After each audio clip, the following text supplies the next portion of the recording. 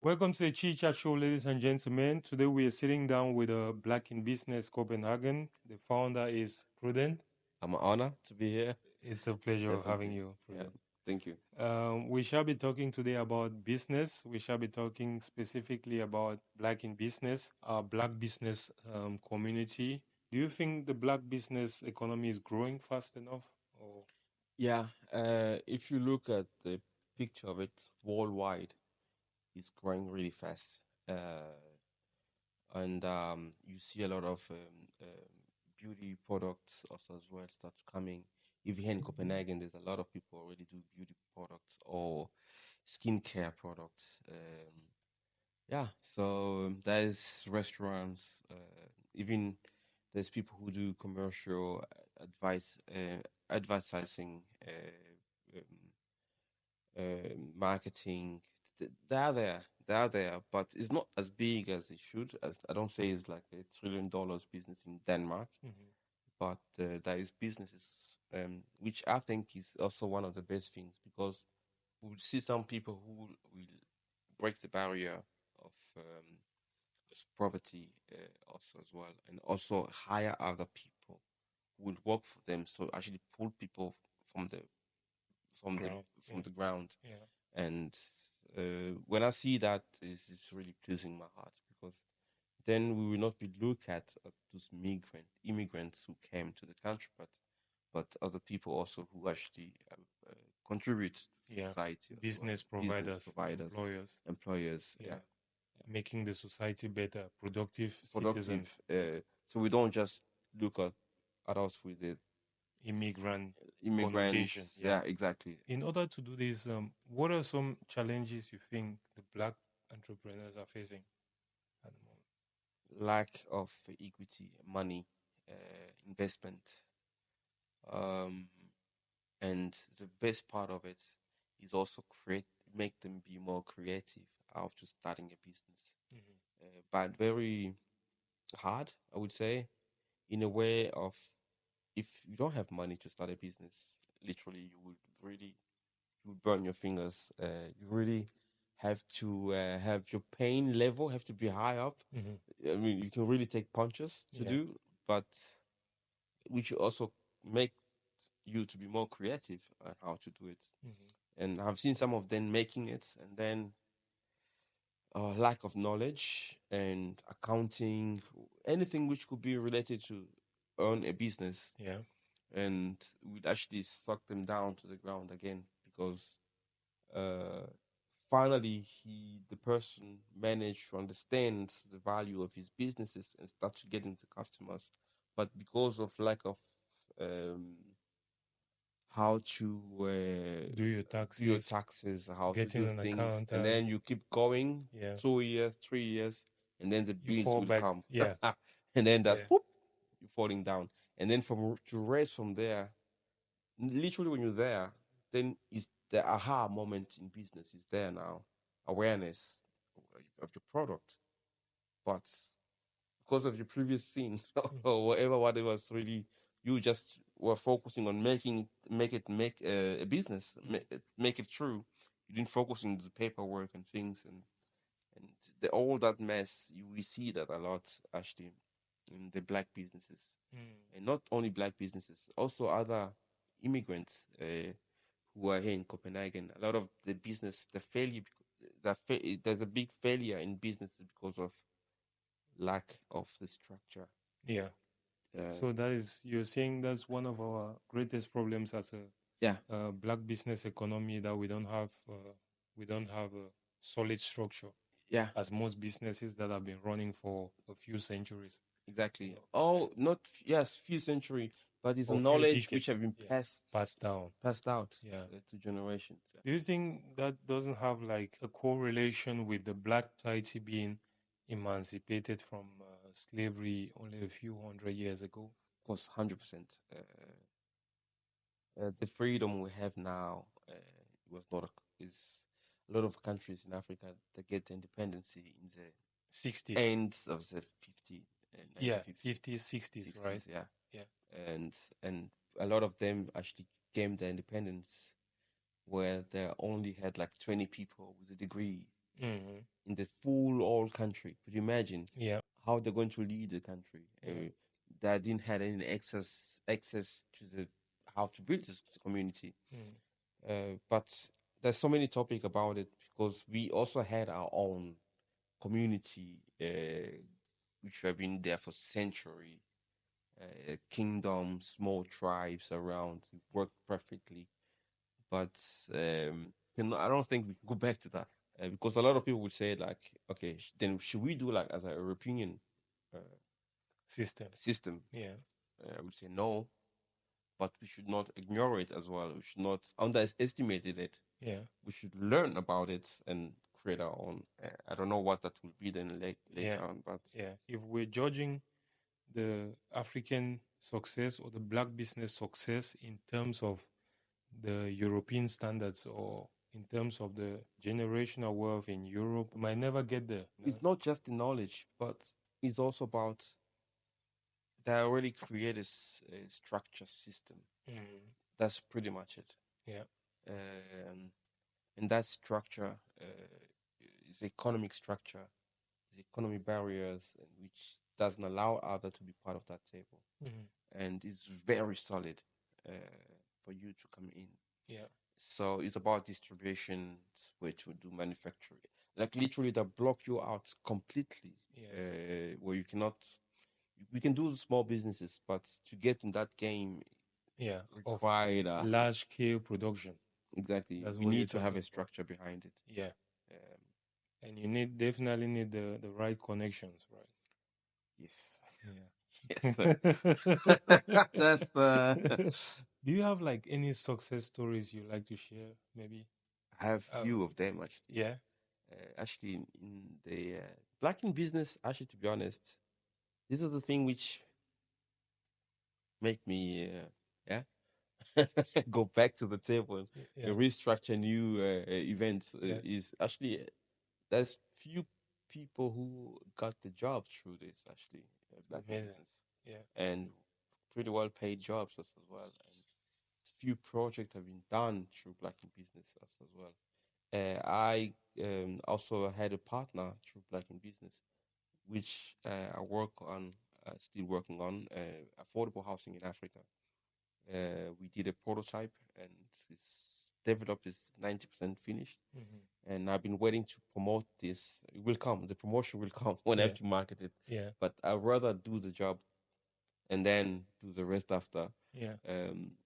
But there are a lot of successful things happening. Recently, I got a call from friends who have actually been around black in business helping promotion, and just called me like, yeah, I got this. It's not the job yet, but we want to see how this go, and that's melting my heart. It's literally, I'm like, Yeah. Okay, it has an effect somehow. Yeah. And we're going to make it. Yeah. We are this new era, this new age, and I am so optimistic. You can believe it. And to be honest, my trip to Africa, to Congo, the central part, and Zambia, and I saw a little bit of Kenya, not much, but Uganda. I did a little bit trip there. What I saw is amazing. The game is changing. Yeah. I'm telling you, what's happening in Africa at the moment is crazy. You will not believe it. What are some things you saw? I found myself, there was a time I was in a club in Lusaka, in Zambia. Yeah. And I looked around and I asked myself the question, where am I? And do I ever been to a specific place like this in my entire life? And I haven't. I was amazed. You are in a place high up. Yeah. There's a pool in the middle. There's light bars here, there, on the top. So you're talking about the infrastructure. It's developed. Like Dubai. I was looking around. You thought you were in Dubai? Huh? You thought you were in Dubai? Yeah. That was Zambia, literally. Yeah. I went to a mall. Zambian love malls, Yeah. I went to a mall and I looked around, bro. I was like, do you see Fields and Fiskito? Kevin measure. You cannot measure those two things together. It's high developed, and people are just shopping, do the things. Wow. So yeah. It's another game now, and even literally my landlord. Oh, I had a conversation with him. We have a wine on the table. Sometime when he comes to pick up his money, literally, he actually also asked for a glass of wine. So we're talking about where to go for a vacation. He's like, Prudent, yeah, you can come to visit me in Copenhagen once I'm there. Like, and he's looking at me like, what I'm going to do there? And like, what you mean? There's a lot of things, and like, but what I'm going to do there? There is Philippines, there's South Africa, there's Dubai, there's things. Why would I spend money to come there? And I could not answer him the question because he was totally true for the thing he was saying. There's one point which is the black buying power and the economic strength, right, which we have as black people. Do you think we support each other when we're consuming? Do you think we support our own black-owned businesses 100%, as we do? I do. Yeah. I'm an experience from that. Literally, the support I get for black in business is actually the community who's supporting. Okay. So that's black in business. It is a product. I mean, if you look at the UK, it's another level. It's high up. I mean, the community are really buying the product from black-owned businesses. Okay. Because in Denmark, we're quite few. We're not that many. So what are some ways through which black businesses can get resources and be able to support each other and keep growing? Oh, sorry. Like you were saying earlier, we lack structure in the black businesses, and with this lack of structure, it's not only the lack of structure, but we lack resources, and we lack support, to pass the structure down from one generation to the other. So what are some of these ways through which black businesses can get like these resources, and support to keep their businesses going from one generation? I think it's a thing which I will start, which I'm looking at as also a case of investment, is also a dream, is kind of like to have, I don't know if Cameroons, you also have these things where you put your money to someone, everyone paid like 10 or 5 people, each month pay. Yeah, it's meetings, right? Yeah, exactly. And then in the end, each one get their part. It's just like you saving money, but you in a different way. Pay in a different way. That's a form of a bank, right? It's a form of bank, but we haven't. And there's a lot of them in Denmark, actually. To be honest, each little community have their own things. But imagine assembling those community and make it as a fund, and then getting some of the banking people to getting to really restruct it to become like an investment fund. Because my parents didn't talk about investment. They're talking about investment in a different way of getting education, right? Getting Danish pass. There's which is also an investment, but not in a terms of action or investment. And then like the pension funds, how they invest, and there's a lot of people of businesses which have lack of capital, money, and if you put in those businesses and then getting the profits from an investment, and then the money just growing in 5 years' time, and then you have a lot of money. We are not there yet in our community. We know about saving, but we don't know about investment yet. What about the loans? What about loans from banks? Oh my God! Now it's really difficult to get loans because you have to pay your expenses. You also have to have like certain amount, like a free amount, which should be like a certain number. And if you don't have it, even a lot of Danish suffering from it, you cannot get any loan now. That changed the game. It's, I think, because of inflation, to kind of like a balancing it. You need something to to deposit Yeah. for you to get a loan. So if you are owner of a house, it will be easier to get a loan, for example. But for where we came from, for example, I don't know how many people who had parents who bought The house. Yeah. a house or you Or land. already, yeah. So we're not there. But then, even if you have all of these things to deposit, do you think the bank willingly gives? Do you think they give them, like, they borrow the, Yeah, they lend them the money? I think so, because if you go bankrupt, they will take your house. Yeah. That need something to assure them that Isn't there like any discriminations in the banks? Like, if I say no, then I'll be lying. Yeah. And I cannot say that all are like that either. So it's a balance somewhere. There's yeah. So, Yeah, because we never know, right? yeah, who you meeting? Yeah, who you're meeting, right? And you know the struggle, right? It's like exactly. you meet this person who just look at the ass, you already know. Yeah, right. End of the game. Yeah. You probably need another connector. Yeah. Someone to back your word. Even if you're having $1 million in the bank and you have something to deposit or whatever, and you have all of the papers, you definitely still need someone to, like, give you some good credibility or maybe some good reference. It's good enough. Yeah, Yeah. he can get that He can credit. but Yeah. which is Yeah, and I think that's what's crippling some black-owned businesses, right? Because, take for example, you're a black-owned business. You just started doing your business for 2 years, right? And sales is going all right, and you're succeeding. You're having your clients. You're making 6 figures every year. You have the shop which you can put down as deposit. You have the money in the bank. You have all the balance sheet. Have accountant, you're paying your tax. But then you go to the bank and you're like, hey, I want to do this. I want to get a bigger structure. I want to build a bigger facility. Yeah. And they're like, oh, sorry, we cannot give you any bigger facility because we don't have any reference.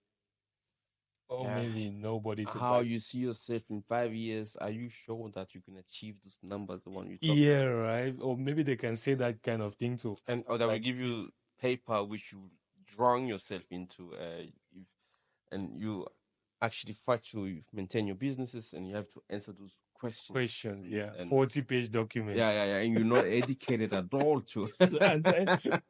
So you probably need a lawyer or something to look at it. to look at or an investment person with the business background. Yeah. And that's where we black people, we lack also resources, right? Yeah. To know, like, the right connections, the right lawyers to get to, who already have experience in businesses and are able to tell us, like, hey, on this page, this is what you got to do successfully, step by step. To be honest, I've been to different events where you heard the speech about the products, the business, and those guys creating a tech company, doing something, and when you just sit there, listen, is this really a business case? Yeah. I can already see it will fail in 3 years. This is not a case. Yeah. And then just people pulling money into that business, and even now when I'm thinking back, that those business doesn't exist because. But again, usually, when you say like that, those kind of cases usually comes down to attitude and personality, because, like, it's not usually like even the product you're selling. Even I think people just, like, bought into your personality or they bought into your attitude. Which is kind of true, but I do believe in business where it's very necessary. The product is what you need. Exactly. But it's not always the cases, right? Yeah, because us black people, we also creating very excellent products. Yeah. But why are we not, like, going up as fast as other people are doing? It's but we're getting there. I think so. Hopefully. Yeah. But I think, to be honest, sometime something has to happen for the good to come. Of course, we know there's, like, usually diversity and this inclusion in the workplace has been like a recurring problem, over the decades. What is your take on it when it comes to black businesses? Company can really struggle by just thinking in one specific direction. But if you made inclusion, people would see it differently. It can even bring some good into that vision and change actually the the prosperity of the company. And there've been done a lot of research behind it, which prove that concept. Of course. Especially when you even want to reach the international market or African market, Yeah. then who is better than the diaspora who speak your language, understand your culture, Sure. and also understand that culture where it came from? I mean, that link is the perfect match. And that's what I've been working on, like in business recently, is just connect the diaspora with the African continent and look at the company who's in Denmark and want to reach the African continent and how to then emerge those heads who are here, very competitive head, and how can they be a part of that journey? Because then that will make a mess. Like literally, I'm talking about the huge investment that will really do incredible work. Do you mind sharing your personal journey or your story in business and leadership, or maybe some lessons you've learned over the years? Especially, I will talk this to the young people, young generation. Don't batch yourself too fast on one topic, like education, and that's the goal for life, like directly, because life will catch you up in certain time. Life will tell you now it's time to be serious. Yeah. And you cannot skip away from that.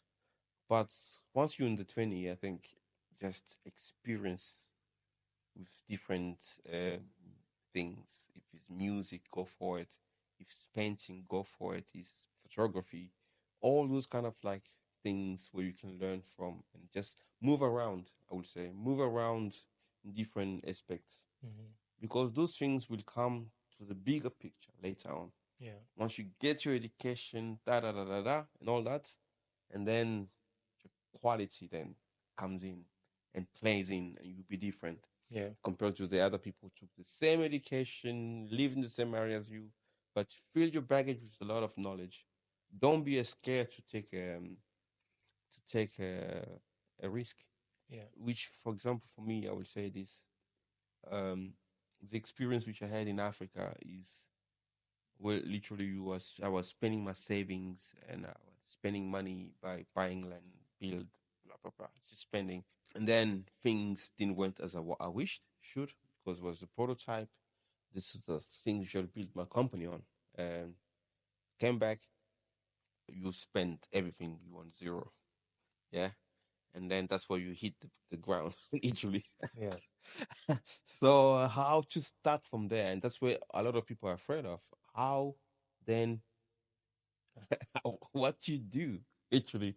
What you do, because if I was in Africa, you have one chance, you burn it, done. Yeah. But once you're here, especially in Denmark, literally you can raise yourself up.